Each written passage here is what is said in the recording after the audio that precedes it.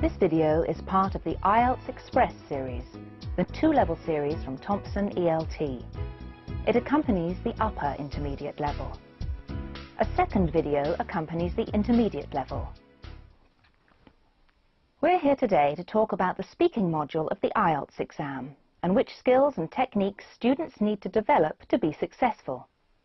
We asked an experienced IELTS examiner and teacher, Ranald Barnicott of Barnet College in North London, first to examine 8 candidates at different levels from different nationalities, then to analyse their performances in each part of the speaking module, and finally to assemble a range of extracts to illustrate these skills and techniques.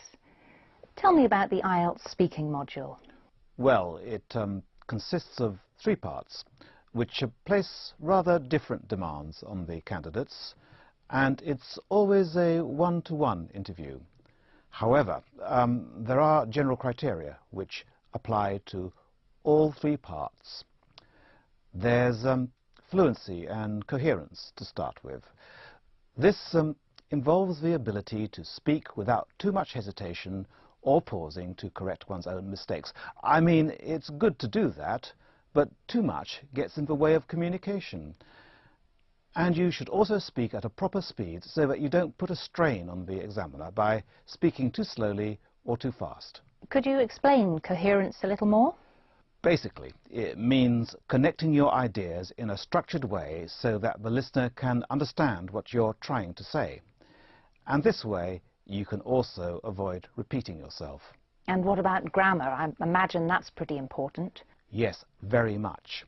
Candidate structures should be reasonably correct, and they should show that they can use a lot of different grammatical structures, some fairly complex, and not just the basic ones. We call these 2 factors accuracy and range. And, of course, the same things apply to vocabulary. How about pronunciation? I imagine it's not very satisfactory having brilliant vocabulary if nobody can understand what you're saying. Absolutely not. And not only do candidates have to get individual sounds right, like distinguishing T and TH, T and Th, for example, they also have to stress the right word in a sentence and use an appropriate intonation. Examiners want to see evidence that candidates can use appropriate intonation, for example, whether they're asking a question or making a statement, and also expressing their feelings. So if the intonation is rather flat, it can express lack of interest.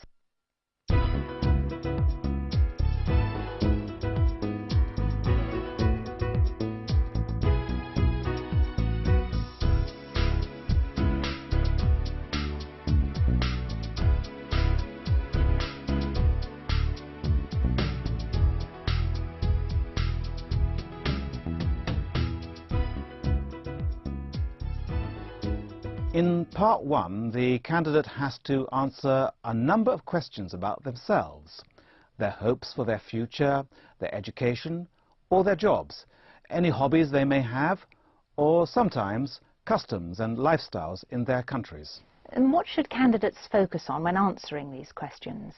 A major element is extended responses. That is, not just giving one-word answers or answering with just a simple phrase or sentence.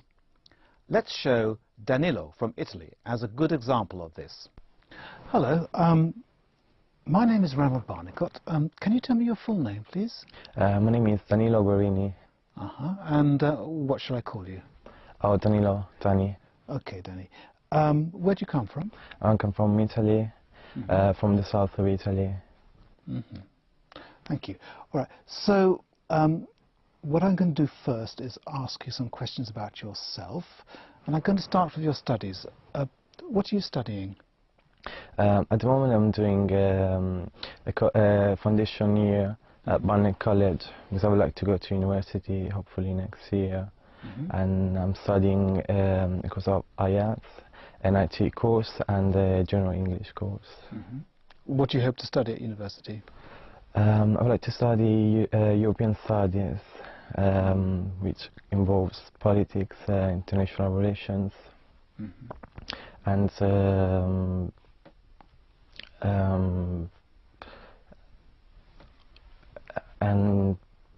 politics and international relations. Yeah. Yes, I see what you mean. He didn't give much information about himself or his part of Italy to start with, but he does go on to describe his studies and what he wants to do in some detail, and I'm quite impressed by his vocabulary. Yes, involves, for example, is quite a formal word, but it's very useful in an academic context or talking about one's studies, as Danilo is. I have to say, however, that he becomes a bit less fluent at the end. He hesitates a little too much, doesn't he? Daniel is another good example. Notice also the way he becomes more involved in the conversation by smiling. Let's talk about music. Do you play a musical instrument? No, never. What is your favorite kind of music? It could be folk or country. I love that. So in my country it's very popular folk music. Yes, but I'm reminded about what you said about intonation. It is a bit flat in Daniel's case, isn't it? Candidates should have a rising and falling intonation. It makes them sound interested and engaged in the conversation. Very flat intonation can make the candidate seem bored and uninterested and can have a negative effect on the listener. Is there anything else you can suggest? Fillers. It is important that candidates use these to fill the gaps in conversation. They also buy them time to think. Phrases like anyway or you know, actually, etc. Here are some common ones. First of all, boya. I want to choose because I like to be a producer in the future and to do some programs for people. What do you find most interesting about your subject? I think is produce programs, the process when I do it, and I think I can find some interesting things in it. Boya uses I think. Now, watch these clips of Panil. What are you studying? Well, right now I'm studying English. It's an English foundation course. It's a one-year course. Yeah. Why did you decide to study that subject? Well, I want to become an actress and I want to study here in London. So I want to perfect my English and I thought this would be a good course. And also I get practicing taking the IELTS, which will show what level my English is at. What kinds of music are most popular where you live in Norway? Probably American and English pop music. Yeah. Well, in the first one, she uses well a lot, and in the second, she uses yeah. The yeah is interesting. She's using it to show that she's finished speaking.